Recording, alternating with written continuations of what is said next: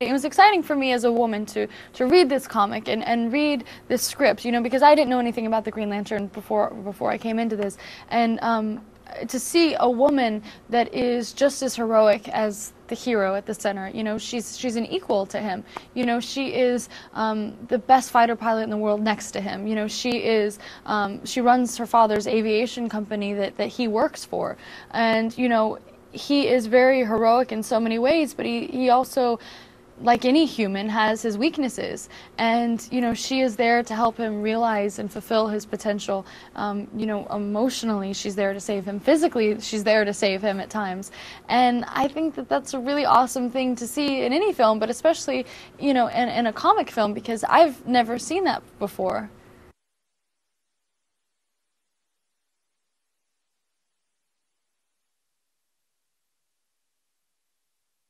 I didn't know anything about the Green Lantern, so automatically I assumed if I didn't know anything about it, nobody did. And I realized how quickly how wrong how wrong I was, because why am I saying how quickly? I realized very quickly how wrong I was. Thank you.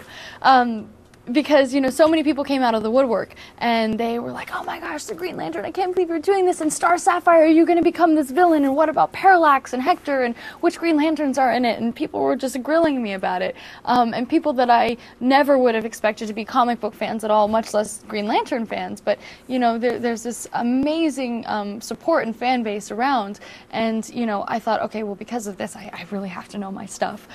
So you know, I read all the origin stories. I read anything that I could get my hands on from Jeff Johns, who is, you know, the god of Green Lantern for like the past 5 years, and of DC, and he was on our set making sure that everything was accurate and that the fans would be happy. And I said to him, please tell me everything I need to know, give me every comic I need to know. So he hooked me up with it all, and I did my research.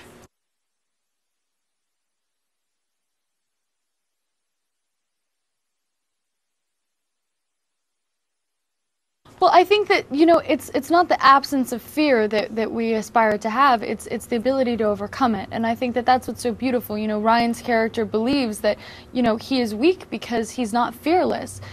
He believes that a man should be fearless, you know, which is an idea that maybe we're all raised to believe in a way, but that's unrealistic. It's the ability to overcome fear that's really admirable and remarkable, and something that you should aspire to have, because we all have the ability to overcome fear, but you know, we have to challenge ourselves and our inner strength and our own will to find that.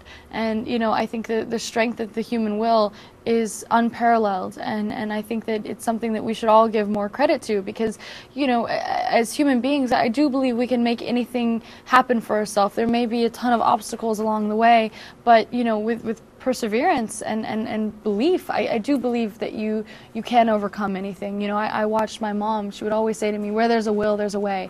And she would make the impossible happen, always.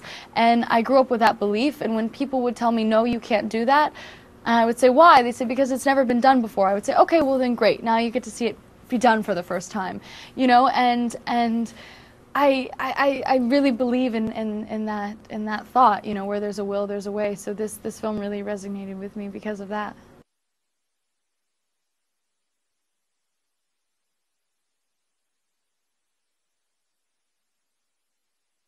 I love that. I love that, you know, she could go from wearing a G-suit, you know, and fly a plane, into a beautiful column dress and Lorraine Schwartz diamond drop earrings.